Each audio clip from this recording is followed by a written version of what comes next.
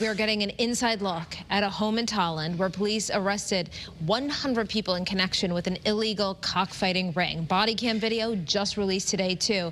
Amanda Callahan is your reporter live in the studio with a closer look at this video that we just got. Amanda. That's right, Stephanie. Well, this video shows you inside that home on Mountain Spring Road after the bust. The two homeowners, Elvin and Lisa Miranda, appeared in court today. Body camera video shows the aftermath of a major cockfighting bust in Tolland from last month. State police raided the house after what they called a lengthy investigation into illegal gambling and cockfighting events taking place there.